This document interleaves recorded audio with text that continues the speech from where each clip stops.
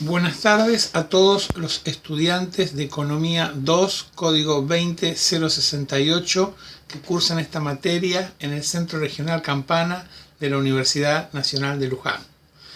En esta tercera clase vamos a ver el capítulo 3 del libro sobre el análisis microeconómico, que está referido a la competencia imperfecta. En el final de la clase anterior les había comentado que la línea divisoria entre lo que se llama competencia perfecta y competencia imperfecta pasa por el concepto de poder de mercado. ¿Qué hemos dicho hasta ahora sobre el poder de mercado? Que es la diferencia entre el precio y el ingreso marginal. El poder de mercado lo que representa es la capacidad que tiene un empresario para modificar el precio del mercado. En competencia perfecta esa capacidad no existe, por lo tanto, lo que se dice es que un empresario tiene una conducta de precio aceptante. Sin embargo, en condiciones de competencia imperfecta, el poder de mercado existe y el precio es superior al ingreso marginal. ¿De dónde surge el poder de mercado? ¿Cómo apareció en la historia el poder de mercado? Bien, para poder dar una respuesta satisfactoria a esta pregunta, tenemos que empezar a hablar un poco de lo que es la historia económica del capitalismo y lo que es el proceso de la revolución industrial. Ustedes han visto en más de una materia que hacia mediados del siglo XVIII comenzó a producirse un conjunto de cambios y de innovaciones tecnológicas que fueron bautizadas posteriormente con el término de revolución industrial. Este término revolución industrial en realidad se utiliza por primera vez a partir de un historiador, Arnold Toynbee, que en la década de 1880, estudiando los orígenes del capitalismo inglés, utiliza entonces por primera vez el término revolución industrial. Bueno, esta revolución industrial, que se inicia en Inglaterra, está focalizada en la industria textil, a partir de toda una serie de inventos que se patentan entre 1860 y 1880, como la máquina de hilar, la máquina de cardar, la tejedora y también el cronómetro, fundamental para medir el tiempo que tarda un trabajador en producir un artículo. Es decir, a partir de la aparición del cronómetro, se puede empezar a analizar la productividad de los trabajadores dentro de una empresa. Ahora bien, eso fue solo la primera etapa de la revolución industrial. Hay una segunda etapa que se va a dar en el siglo XIX, que va a ser una gran revolución en el transporte y las comunicaciones. Uno de los motores de esa revolución va a ser el ferrocarril. El primer ferrocarril se va a inaugurar en el año 1825 en Inglaterra, pero tenemos que esperar hasta 1850 para que el ferrocarril llegue a todos los continentes. El ferrocarril significó una gran revolución en el transporte, como también el tema de la industria naviera. Si nosotros analizamos los insumos que se utilizan en todo lo que es la industria ferroviaria y la industria naviera, nos vamos a encontrar que la industria siderúrgica juega un rol central. Ahora bien, producto de esta revolución del transporte y de las comunicaciones, se va a dar entonces también un proceso de exportación de capitales. Es decir, vamos a tener empresarios que van a invertir más allá de las fronteras nacionales. Con el desarrollo del comercio mundial en la segunda mitad del siglo XIX y también el desarrollo de los bancos comerciales, está claro que el globo terráqueo se va a convertir en un escenario de negocios, en donde los capitales de los países más avanzados van a poder expandirse hasta los lugares más recónditos del planeta. Bien, en ese proceso de innovaciones tecnológicas también hay que mencionar todas las innovaciones que van a afectar, por supuesto, positivamente el desenvolvimiento de la empresa.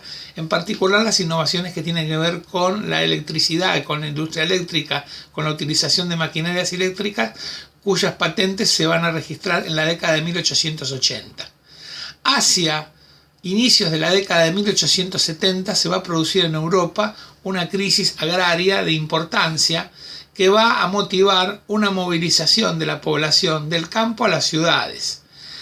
Esta movilización del campo a las ciudades registra un antecedente que fue hacia finales del siglo XVIII, cuando dentro de Inglaterra se produjo también una movilización muy fuerte, una migración muy fuerte del campo hacia la ciudad.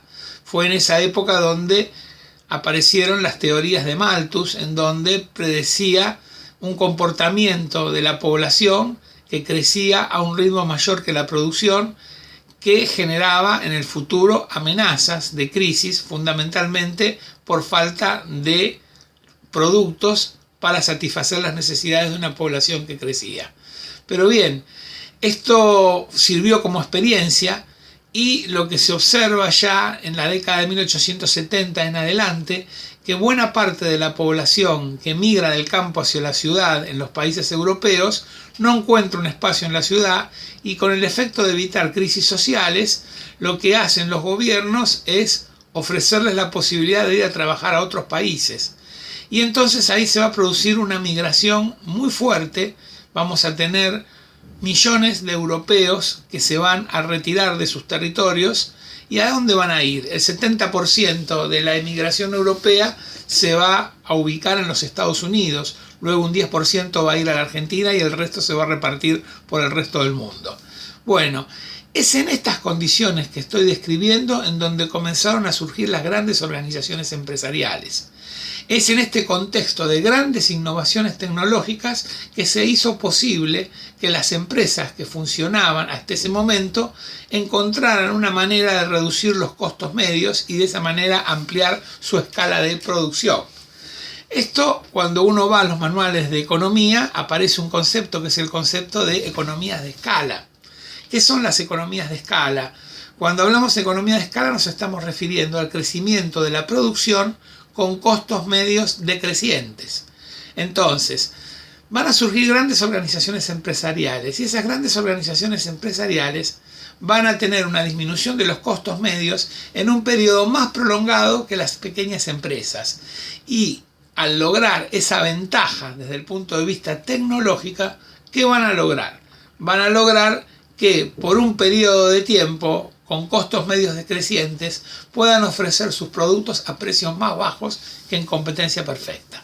De esta manera lo que va a suceder es que las grandes empresas van a ir desplazando a las empresas más pequeñas, y esto va a terminar entonces en que va a haber menos oferentes en el mercado, pero empresas de tamaño y de dimensiones más grandes.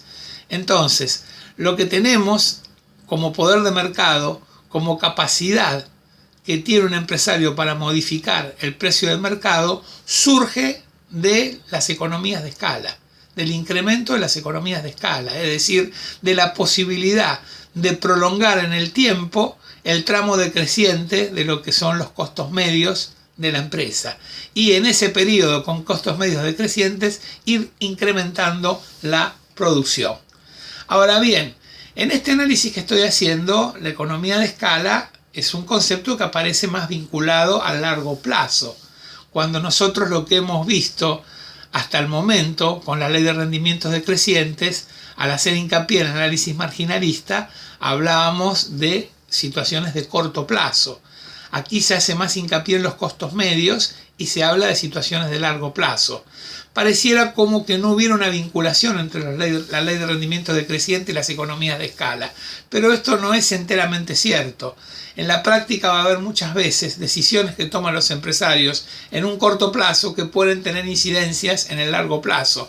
Las van a conocer en más de una materia como decisiones estratégicas. Ahora bien, ¿es posible establecer alguna conexión entre la ley de rendimientos decrecientes y economías de escala? Sí, es posible esa conexión. Se me ocurre un ejemplo vinculado con la actividad que yo desarrollo. Yo soy titular de una cátedra de economía en el ciclo básico común, donde tengo 6 comisiones a mi cargo los martes y los viernes a partir de las 11 de la mañana en horario de 11 a 13, 13 a 15, 15 a 17, 17 a 19, 19 a 21 y 21 a 23. Bueno, ahí tengo un equipo de docentes que está trabajando. Hagamos un supuesto un poco macabro. Supongamos que todos se enferman. Hay una peste, no digamos cuál por las dudas, y se enferman todos, menos yo. Entonces tomo la decisión de cubrir esos 6 cursos en un día y dar la misma clase, supongamos una clase sobre competencia imperfecta. ¿Qué va a suceder? Yo le voy a dedicar un tiempo para preparar esa clase. Ese tiempo va a ser de 1 hora, digamos, para preparar la clase con los ejemplos, con los gráficos y con algunos chistes. Bueno, el punto es que cuando yo desarrollo la primera clase, ¿cuánto tiempo me insumió esa primera clase? Me llevó 1 hora.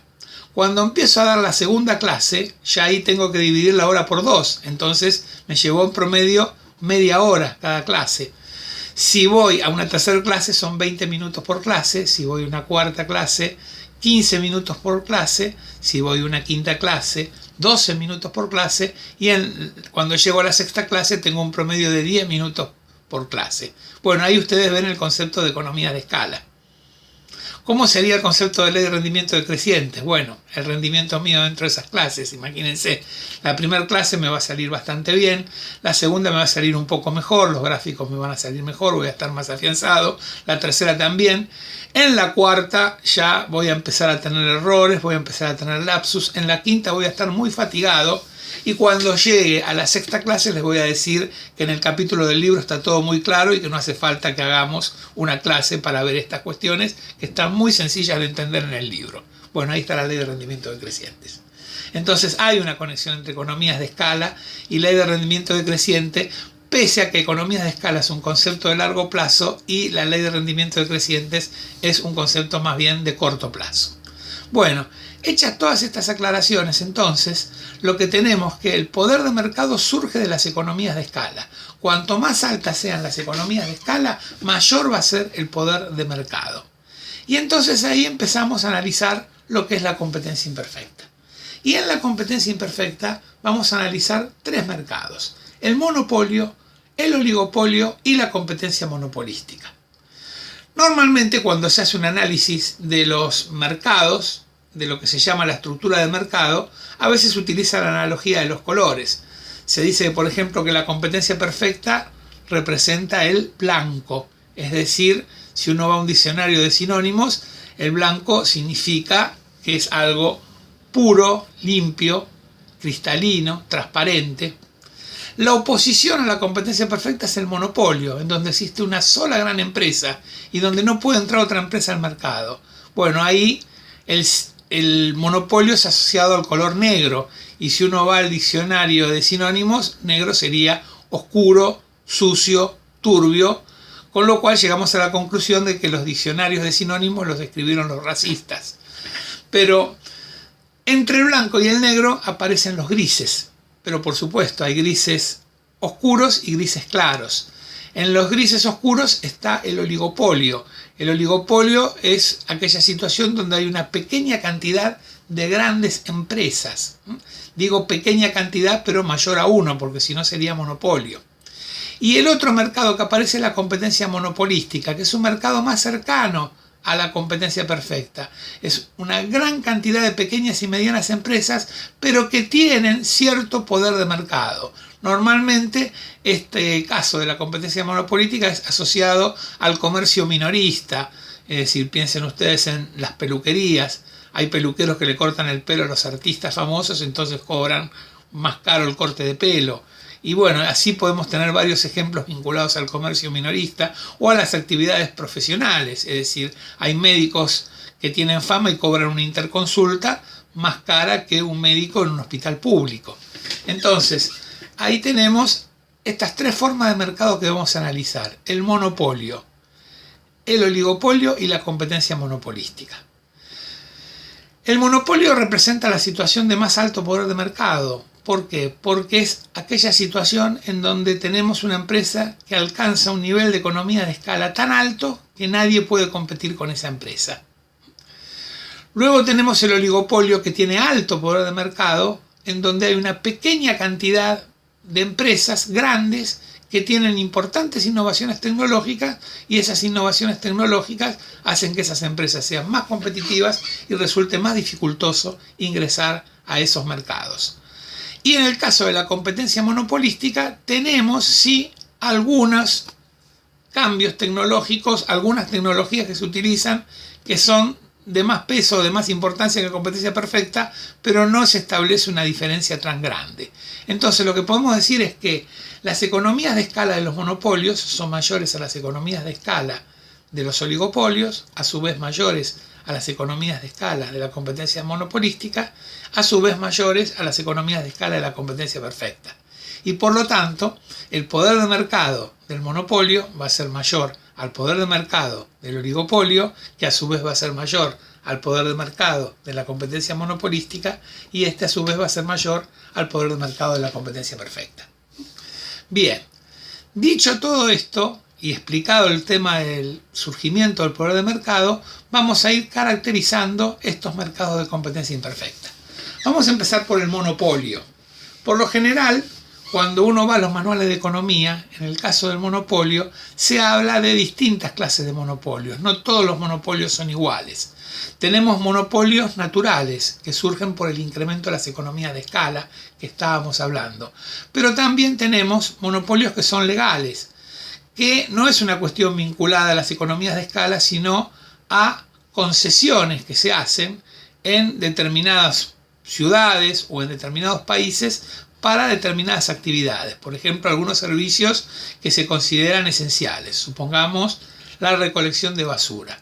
La recolección de basura en una ciudad no se la da a varias empresas, sino se la otorga a una empresa. Y eso surge por licitación. Entonces ahí aparece un acuerdo o una legislación que hace que esa empresa sea la única prestataria del servicio de recolección de basura. También puede suceder con el tema de los peajes. Es decir, también el peaje de la Panamericana lo recauda una empresa que se llama Autopista del Sol, que es la responsable de hacer todas las refacciones correspondientes a lo largo del trayecto de la Panamericana. ¿Sí? Bien, ese sería el caso del monopolio legal. El otro caso del monopolio también puede ser el monopolio por fusiones, es decir, pequeñas y medianas empresas que deciden asociarse y terminan ocupando la totalidad del mercado. Pero por lo general, cuando en los manuales de economía hablamos de monopolio, suele más asociarse a los monopolios naturales o a los monopolios que se establecen mediante legislaciones, es decir, mediante concesiones de servicios. ¿Sí? Bien, ¿qué características tiene un mercado monopólico? Bueno, monopolio, como su nombre lo indica, es una sola empresa grande que tiene el más alto poder de mercado, que controla el precio del mercado. ¿Cuál es la consecuencia de tener el más alto poder de mercado? Bueno, primer consecuencia importante es que la información que va a haber en ese mercado va a ser imperfecta, porque este empresario monopólico, para una misma actividad, puede cobrar un precio diferente por el servicio que presta o por el producto que está ofreciendo. Entonces, estamos diciendo que si hay una empresa monopólica a lo largo del país, esa empresa puede ofrecer un producto a un precio en Tierra del Fuego, a otro precio en Jujuy, a otro precio en Buenos Aires. Y los consumidores de cada una de esas localidades pueden no tener la menor idea del precio que se cobra en otra provincia. ¿Sí? Ahí tenemos entonces una situación en donde la información es imperfecta y se dice que no hay transparencia. Esa es una consecuencia de tener el poder de mercado más alto. ¿Qué otra consecuencia importante tiene el hecho de que una empresa tenga el más alto poder de mercado? Bueno, para maximizar beneficios, nosotros hemos dicho que una empresa siempre maximiza beneficios cuando el costo marginal coincide con el ingreso marginal, es decir, cuando el beneficio marginal es cero. La particularidad que tiene el monopolio es que el ingreso marginal va a ser inferior al precio, justamente por la existencia del poder de mercado. Entonces ahí vamos a tener esa situación. La tercera cuestión tiene que ver que la maximización de beneficios de un empresario monopólico se va a alcanzar antes de llegar al punto óptimo técnico. Es decir, el empresario en condiciones de monopolio maximiza beneficios cuando el costo medio es decreciente, es decir, cuando van aumentando sus economías de escala, o dicho de otra manera, en aquella zona en donde tiene poder de mercado. Esa es una de las características centrales del empresario monopólico. Al mismo tiempo, si es una sola gran empresa con ventajas tan grandes que no puede ingresar ningún competidor, existen barreras, existen trabas para el ingreso de nuevos competidores. Es decir, no hay libre concurrencia en el caso del monopolio. Siendo esto así, entonces, lo que vamos a tener es que a largo plazo la empresa que opera en un mercado monopólico va a conservar sus beneficios económicos, va a tener beneficios extraordinarios, porque al no tener ningún competidor, la oferta a largo plazo va a ser a un precio más alto que los costos medios de la empresa que actúa en condiciones de monopolio. Bien, la otra característica que también hay que mencionar de un empresario que actúa en condiciones monopólicas es que no tiene sentido hablar de un producto homogéneo en un monopolio, porque al haber un solo producto y un solo vendedor, no vamos a tener ninguna empresa monopólica que haga campañas publicitarias. Es decir, supongamos, tomemos el caso de la producción de fósforos en la República Argentina. Hay una empresa que se llama Compañía Sudamericana de Fósforos que produce prácticamente los fósforos y tiene el control de más de un 90% del mercado. Bueno, no hay ninguna publicidad de fósforos de la Compañía Sudamericana de Fósforos. La gente que compra fósforos va a comprar fósforos generados por esta empresa, ¿sí? Bueno, esas son las características generales de lo que es el monopolio. Por supuesto que el monopolio, al ser la negación de la competencia perfecta, es evidente que bajo condiciones monopólicas no se cumple la doctrina de la máxima satisfacción. ¿Qué decía la doctrina de la máxima satisfacción? Que en condiciones de competencia perfecta, cuando se alcanzaba el equilibrio del mercado, teníamos entonces una situación en donde el consumidor maximizaba la utilidad y el empresario maximizaba los beneficios. Bueno, en ese caso nadie sacaba ventajas de nadie. Estábamos en una situación en donde tanto el consumidor y el empresario maximizaban su satisfacción por la transacción que realizaban.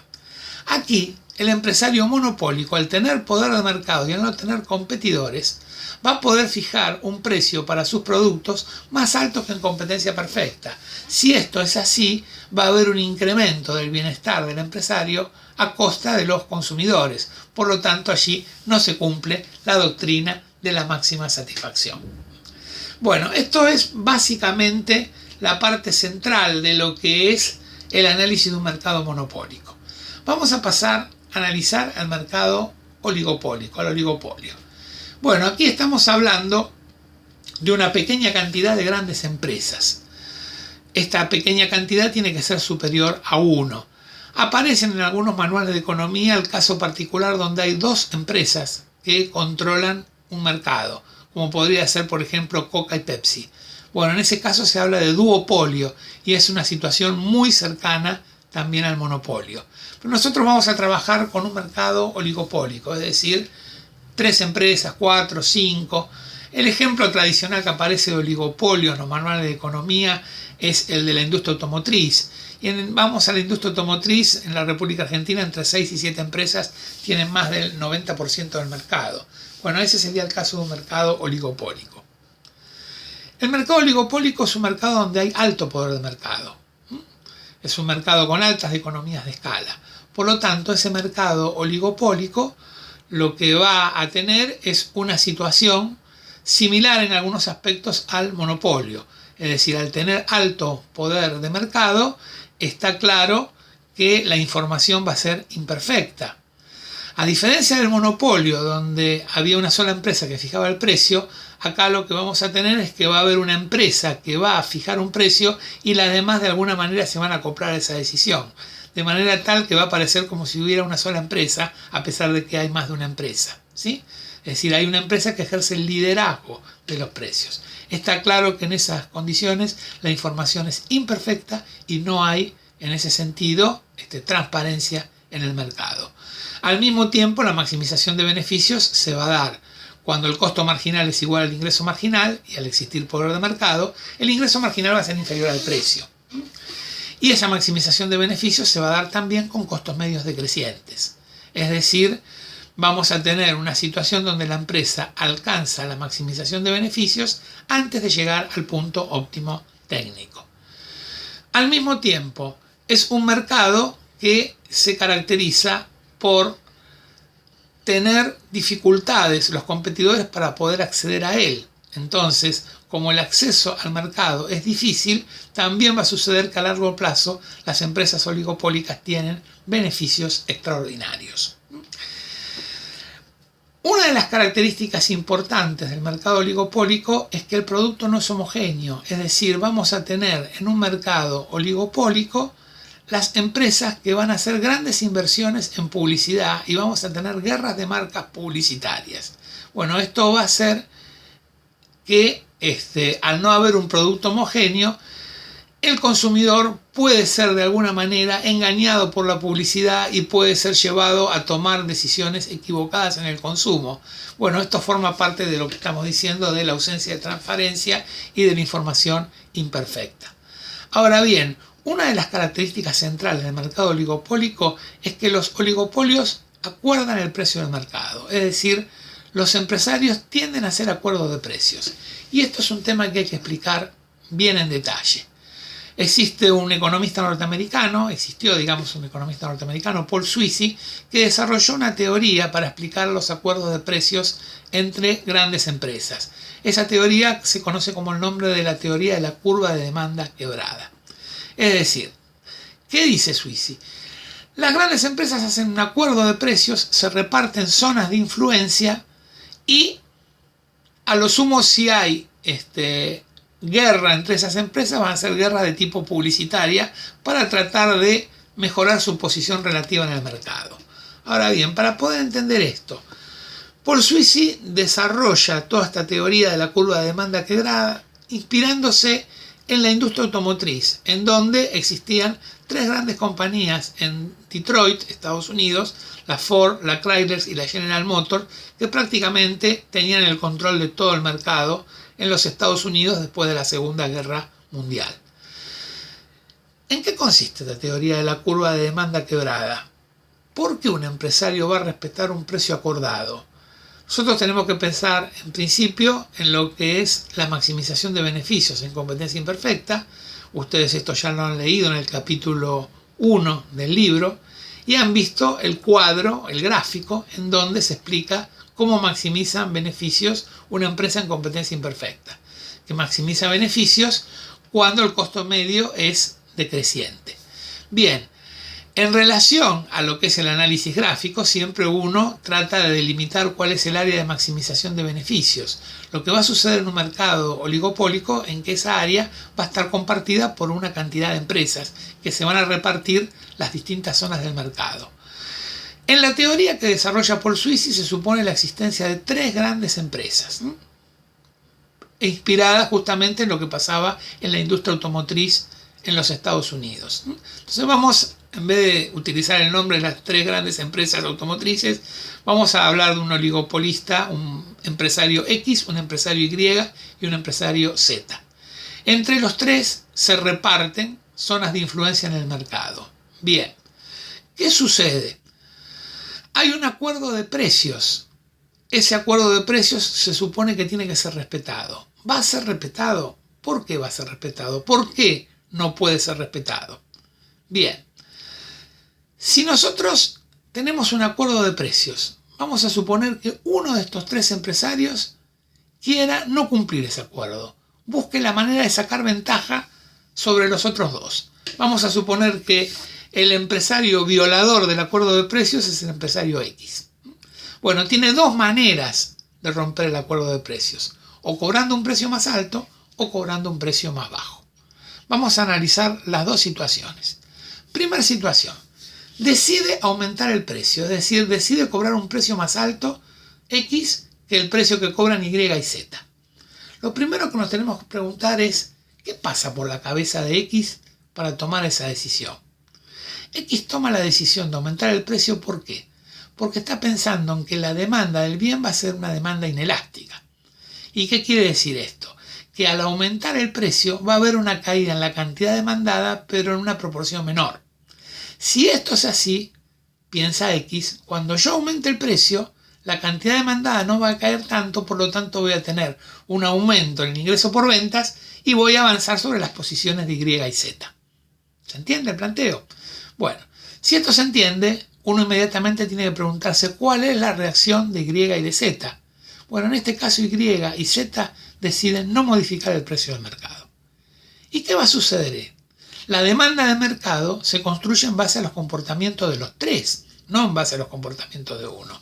Si esto es así, vamos a tener que X aumentó el precio, Y y Z no lo aumentó, por lo tanto, en la práctica, el precio no va a aumentar tanto. Y lo que vamos a tener es que la demanda de mercado, que X pensaba que iba a ser inelástica, va a ser elástica. Y si es elástica, ¿qué va a suceder?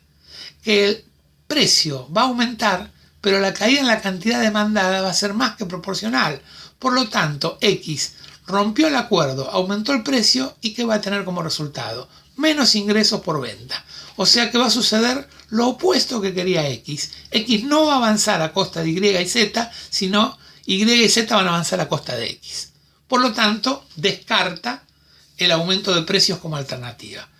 Vamos a suponer que en esta experiencia X llega a la conclusión y dice, pero qué tarado, yo no tenía que haber aumentado el precio. Si la demanda es elástica, lo tendría que haber bajado, porque al disminuir el precio, la cantidad demandada va a aumentar en forma más que proporcional. En ese caso tendría más ingresos por ventas y avanzaría sobre las posiciones de Y y de Z.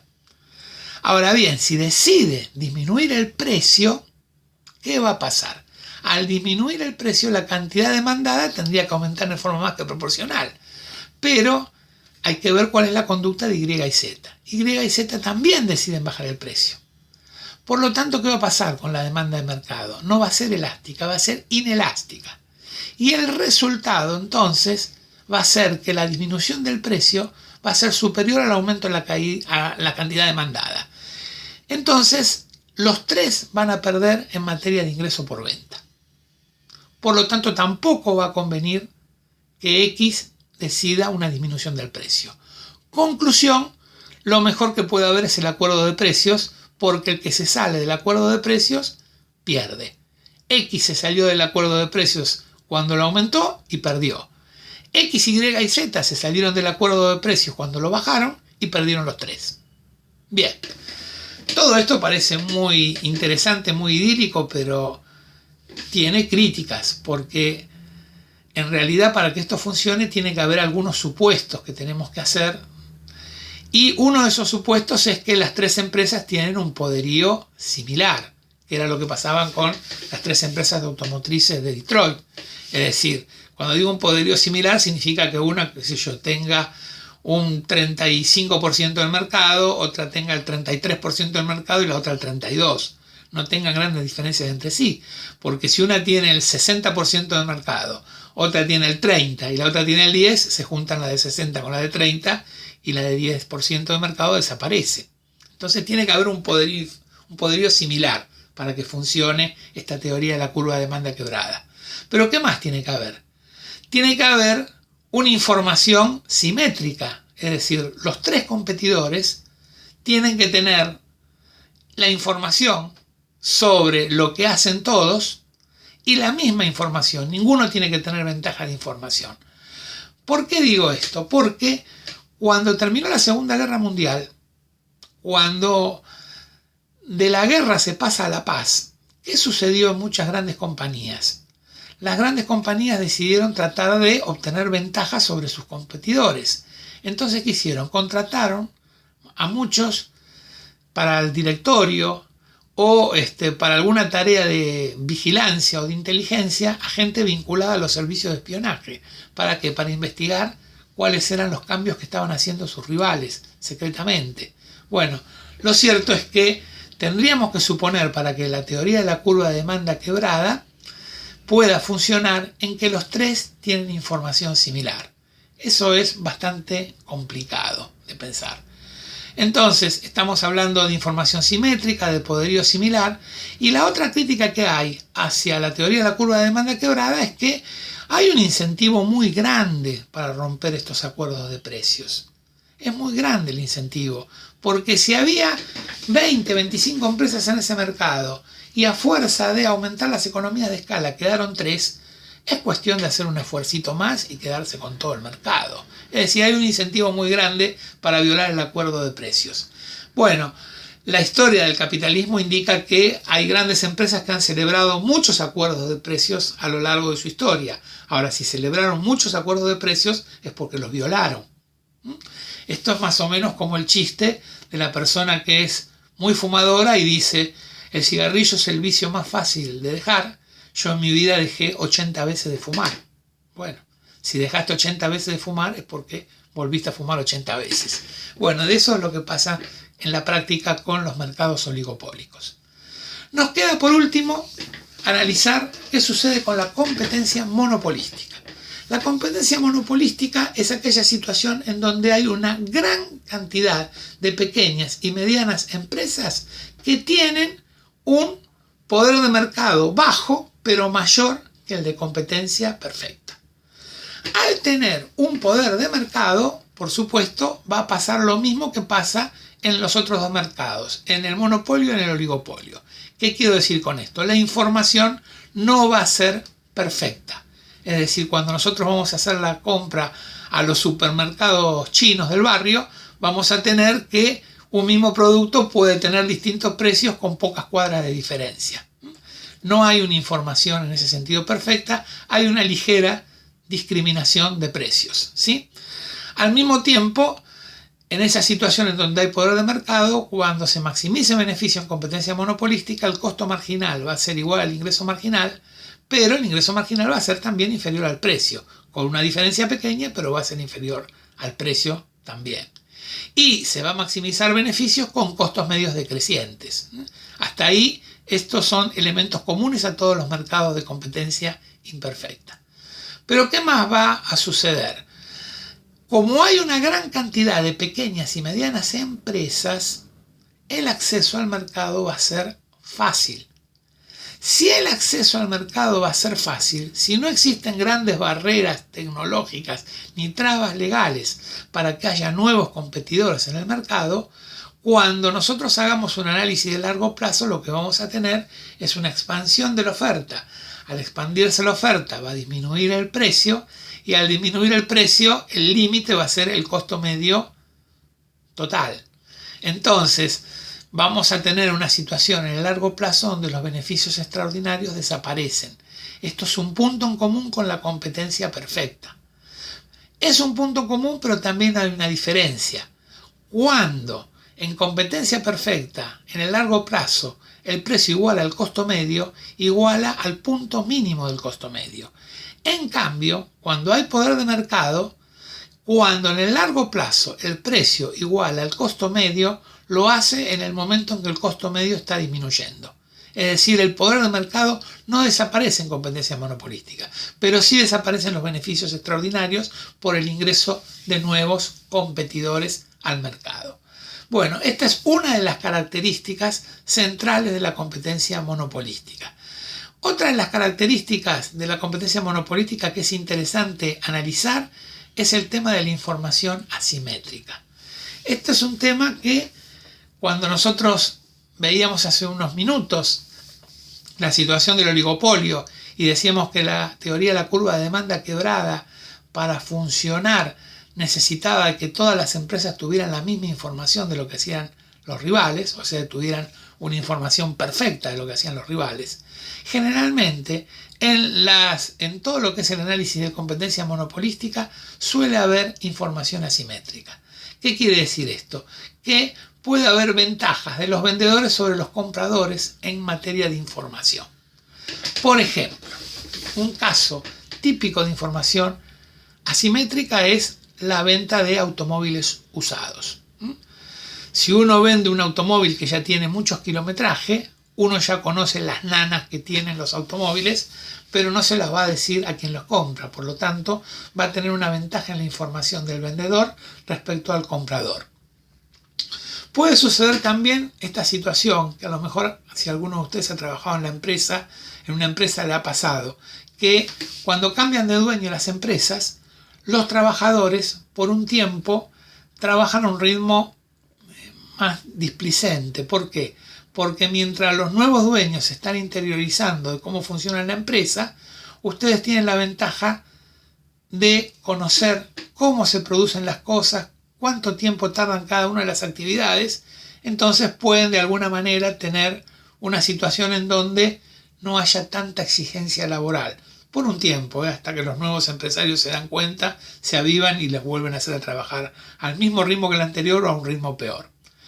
Bueno, otro ejemplo también de información asimétrica es el mercado inmobiliario, es decir, la venta de una casa. Yo ahí tengo una experiencia de haberme enganchado en esas operaciones inmobiliarias complejas donde uno vende un departamento de 2 ambientes y poniendo una diferencia pasa a uno de 3 ambientes.